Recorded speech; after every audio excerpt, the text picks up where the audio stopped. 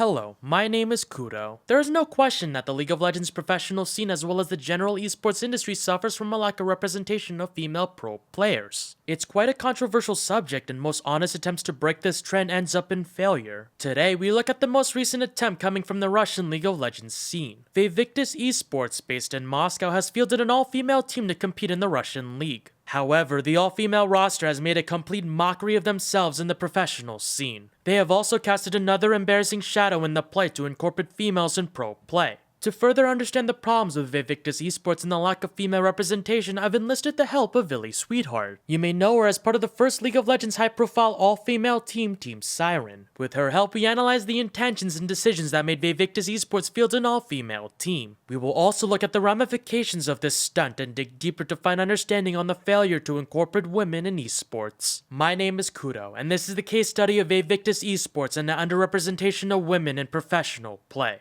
Vaevictis Esports is an organization that has been participating in the Russian professional scene. Formed in 2015, they qualified into the 2016 LCL Spring Split. They were an average team for the scene, placing as high as 4th place in their debut, but recently they have been gradually declining in the rankings to 7th and 8th place. In the beginning of 2019, Riot Russia announced plans to franchise the LCL. This would mean that all teams would go through an application process in which Riot would select teams for this permanent partnership. Finances and commitment towards the professional scene would be taken into account. It has been rumored that Vaevictis is not a rich organization. They started to make plans to pull out of the scene completely. However, Vaevictis already has a roster ready to go. Despite the commitment and 2 months of training, in less than 1 month before the beginning of the split, Vaevictis Esports released this roster. From a statement by the organization translated to English, Vaevictis stated, "Considering the current situation with the team and league, budget cuts and our inability to give you the proper conditions, we are forced to stop training and dissolve the team. In the current state of affairs for us, there's no prospect, both sports and business. The probability of our exclusion in the near future is extremely high." Vaevictis intended on selling their slot to another team. However, 1 week before the start of the LCL, Vaevictis was unable to sell this slot. Internally, the organization was scrambling to figure out what to do with a slot considering they have no roster or zero ambitions to field a professional team. With these intentions in mind, Vaevictis Esports signed an all-female lineup to compete in the 2019 LCL Spring Split. This lineup consisted of Triggered, Morale, Violet Fairy, Triana, and Ankoti. However, their gender is not the only thing that distinguishes themselves from the rest of the LCL. First off, all of these players in the solo queue ladder were found in low diamond. To understand the difference of rank, pro players usually tend to be around Challenger or Grandmaster rank, which in the Russian server consists of the top 300 in the country. However, with the exception of Triggered at Diamond 1, these players were found around Diamond 4. In the Russian server, that's the top 2,000 in the country. The skill difference between Challenger and Low Diamond is very significant. These players would also be one of the lowest ranked pros ever in the history of the League of Legends professional scene. But that's not all. Each person's solo queue rank is a statement of their skill level, but it only applies to the role they main. For the Vaevictis roster, every single one of these players have historically preferred the support role. Ankoti is a support main that has played that role every single season. Triana match history shows that she plays both support and the AD carry position. Violet Fairy is a Katarina one-trick, but her secondary role is support. Morale mains support with little to no history on jungle champions. Triggered played both support and AD carry until recently, where she's been picking up top lane champions in Season 9. With 3 out of the 5 players playing off-role champions, their ranks aren't reflective of their true skill with the roles they were assigned to on Vaevictis Esports. Needless to say, this team was set up for failure in the LCL. Many people in the esports community were quick to compare Vaevictis with the former all-female Team Endeavor that happened in 2013. Team Siren was an all-female team that was established in Season 3 with the long-term goals of competing in the professional scene. However, after their promotion video was negatively received and significant backlash poured in, Team Siren disbanded a month later. Many people in the community coined Vaevictis as Siren 2.0. However, despite the similarity in gender, the upbringing of Vaevictis is completely different and can be considered worse than Team Siren. So how do you think Vaevictis Esports differs from Team Siren? Well, I think there are 2 main differences. The first being the timing, and the second being our intentions. Team Siren was in the works way longer than some people realize. I lived in the house months before the video was released. Originally, we were told we would have up to a year to be coached and improve. Obviously, that changed. But I think we did have, at least the girls had, very genuine intentions at first. Back then, it made a lot more sense because League was in its infancy and it had never been done before. The amateur scene was much like the Wild West too, and the path to become pro is much shorter than it is today. So I think we differ from Vaevictis in that we weren't originally meant to be a publicity stunt. Ilysuiteheart is right. Vaevictis fielded this all-female team as a publicity stunt. This is evident by the last-minute nature of this decision to field an all-female team. If taken seriously, this decision would have been planned months in advance, and the organization would have made sure the players are on par with the skill level in the professional scene. Another piece of evidence is the fact that Triana is the manager of Vaevictis Esports. Considering the organization had intentions to get out of the scene, Triana was able to gather females around Moscow to play for Vaevictis. The organization doesn't care and wanted to do this as a publicity stunt, an experiment, or just for fun. Vaevictis also fully expects to go 0-14 in the split and end in last place without a win. One day before the start of the split, Vaevictis made their intentions clear with an utterly ridiculous hype video made for their following on the social media site vk.com. It is a parody of the music video from the Russian band Leningrad. It depicts the transition to an all-female team and them partying. The video ends with the organization getting shot by the rest of the LCL teams.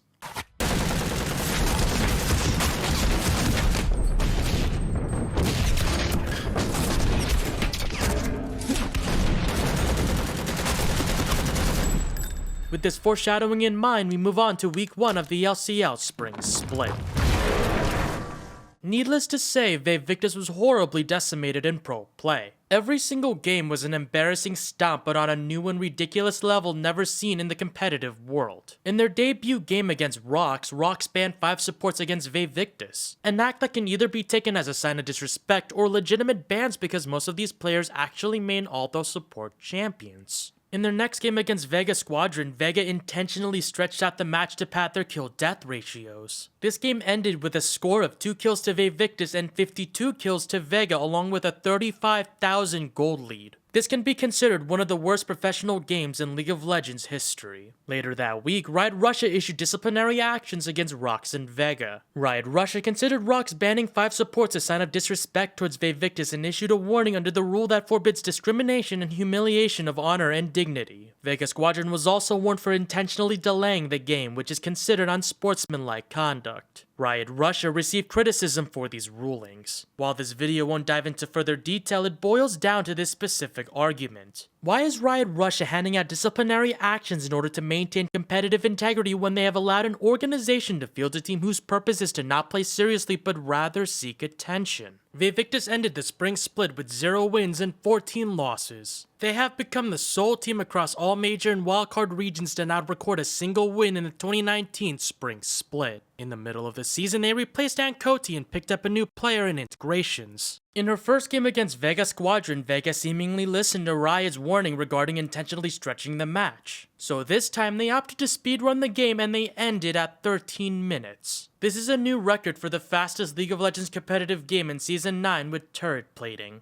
Vaevictis will most likely exit the League of Legends scene after 2019 as that was their true intentions in the first place. Ankoti, the former support and top laner, later spoke out on the team. She claimed that she suffered a significant amount of harassment from the team and specifically Triggered. Triggered did not find Ankoti any good and started making passive-aggressive statements around her. Ankoti knew her top lane wasn't any good and warned Triana about this. She also apologized multiple times for her inability to do well in her role, but she claimed that the team found these apologies as excuses. This is instead why Ankoti was the starting support then top laner, although in a couple of games they swapped roles. The team agreed to find a replacement for Ankoti around week 2. She also shared a story about how unbelievably petty Triggered was to her. When Gambit Esports gave them flowers, Triggered posted a picture on her vk.com site, but with Ankoti deliberately cropped out. She played dumb when confronted by a commenter. In the end of her interview, Ankoti stated, "I would also like to add that purely as a woman, no one hugged me after the games. They practically didn't take pictures with me on media days. They didn't call me to the bars and didn't support me outside work. These moments may seem insignificant to some, but they influenced me very much." Triggered was then disqualified for this behavior by Riot Russia. She was suspended for 2 games. While Vaevictis has treated this endeavor as a sheer publicity stunt meant to only benefit themselves, they completely make a mockery of the underlying underlying but significant issue that plagues the esports industry today. There is a lack of representation of women in professional gaming, and Vaevictis has only exacerbated the plight of females in esports. In order to properly address this issue, several objective facts must be laid out. Sources will be provided in the description below.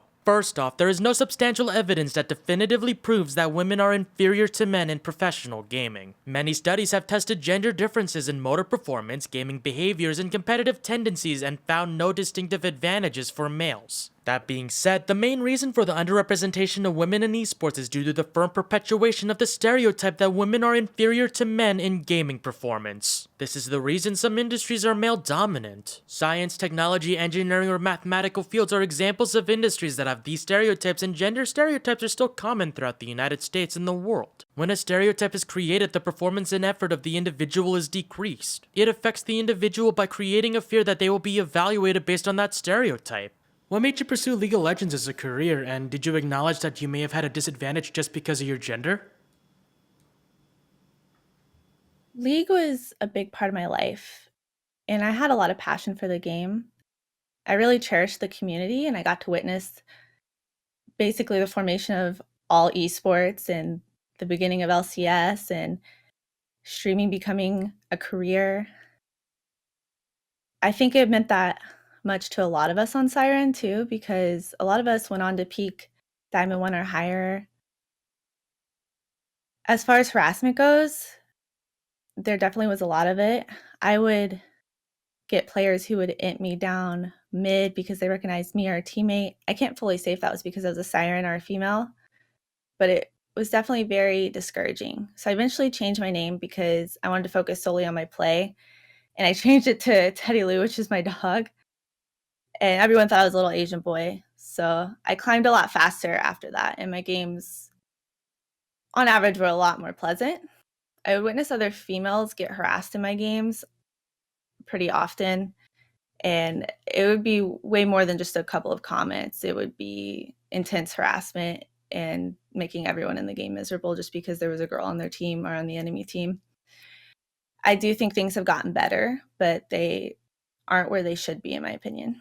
To further hone in on this point, take the example of the landmark study conducted about the so-called stereotype threat. Scientists gathered two groups of students consisting of both males and females and gave them all a math test. The first group was the control, but the second group was persuaded to think that the female students biologically have worse math skills than males. The study concluded that the female students in the second group had worse scores than in the control group. 300 additional studies have supported this finding. For any female trying to enter the professional scene, there are difficult hurdles that can prevent them from reaching their full potential or even a job opportunity. There would be an automatic sexualization of women in the gaming house, considering the house would be full of men. There would be an underlying assumption that the male colleagues would be distracted by the female. Some organizations do not want to tackle these dynamics and have turned down any female applicants. Have you or a friend within the esports industry been denied opportunities or jobs just because of your gender?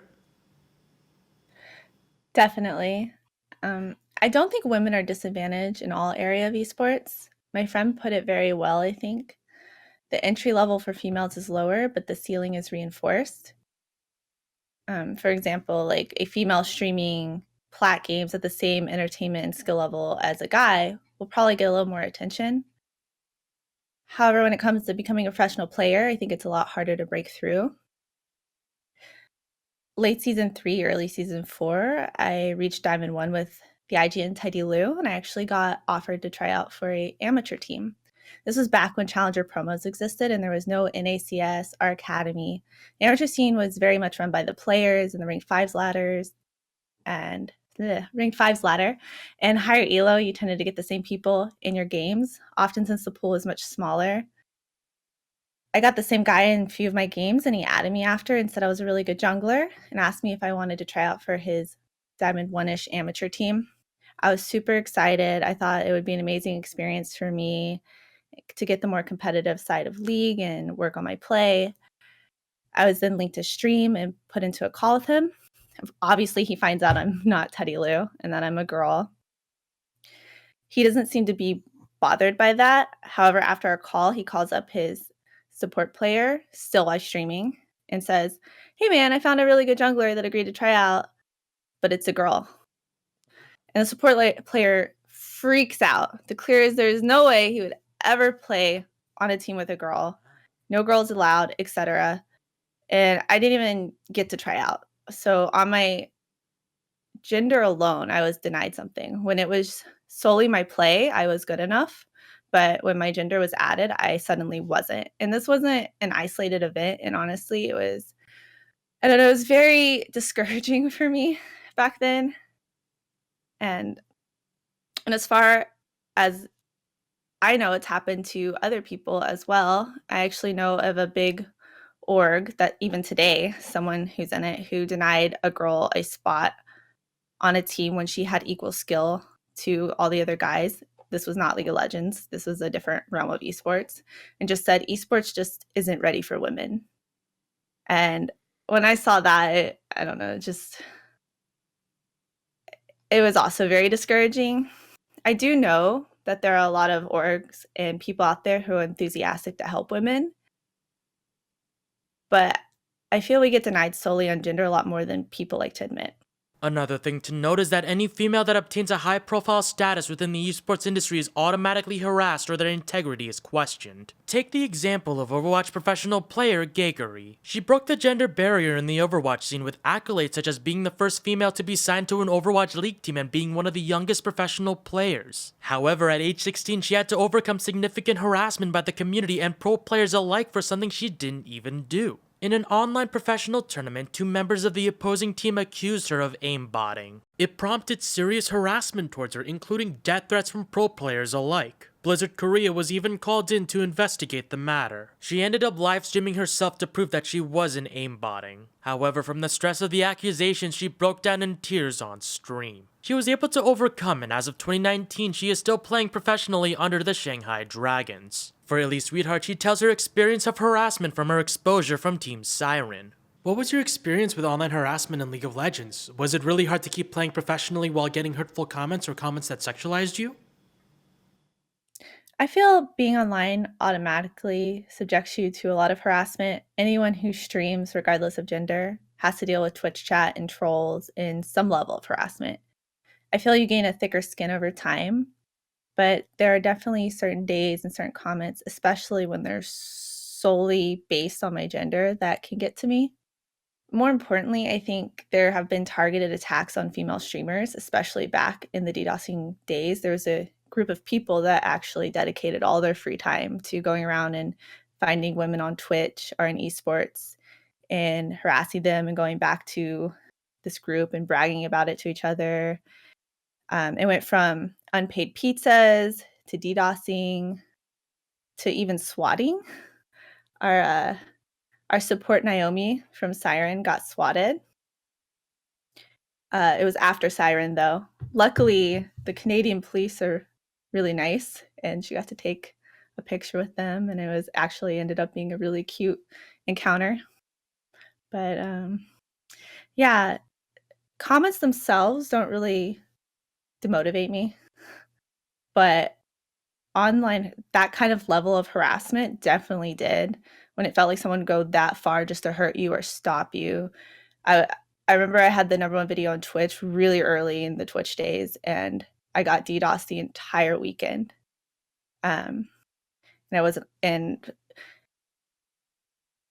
I could see how it could be a really scary place for a lot of girls who are first putting themselves out there.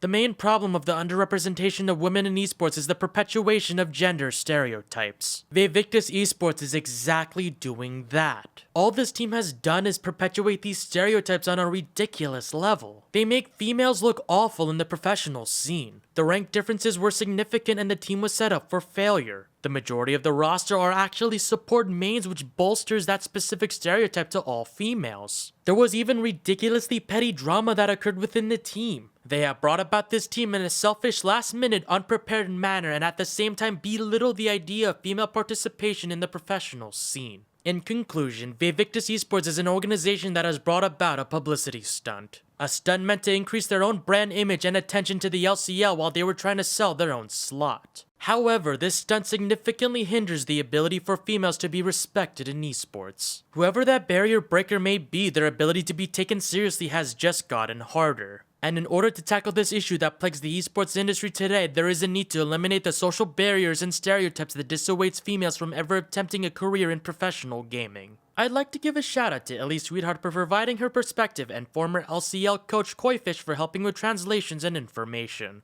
My name is Kudo. Feel free to like and subscribe to learn more about the esports industry, and thank you for watching. Do you have a message to any female that has aspirations to be a professional player, whether that's in League of Legends or any game within the esports industry? Yeah, I think you need to find a support network and surround yourself with people who encourage you and lift you up. You have to realize that everyone has bad games and makes mistakes, and that's part of growing. And people who attribute your mistakes to your gender just aren't worth your time. Because I truly believe there are more supportive people in this community than negative ones. A lot of people like to meme and joke around, but at the end of the day, if someone's genuine and trying, I really do think a big portion of the community would come together and support that person. I also want to say you don't carry the torch for women as a whole. You're just a player, and that's how you should treat yourself. And if you're genuinely good enough, then just don't give up. Focus on your play and don't let anything stop you, and lean on your friends when you need to.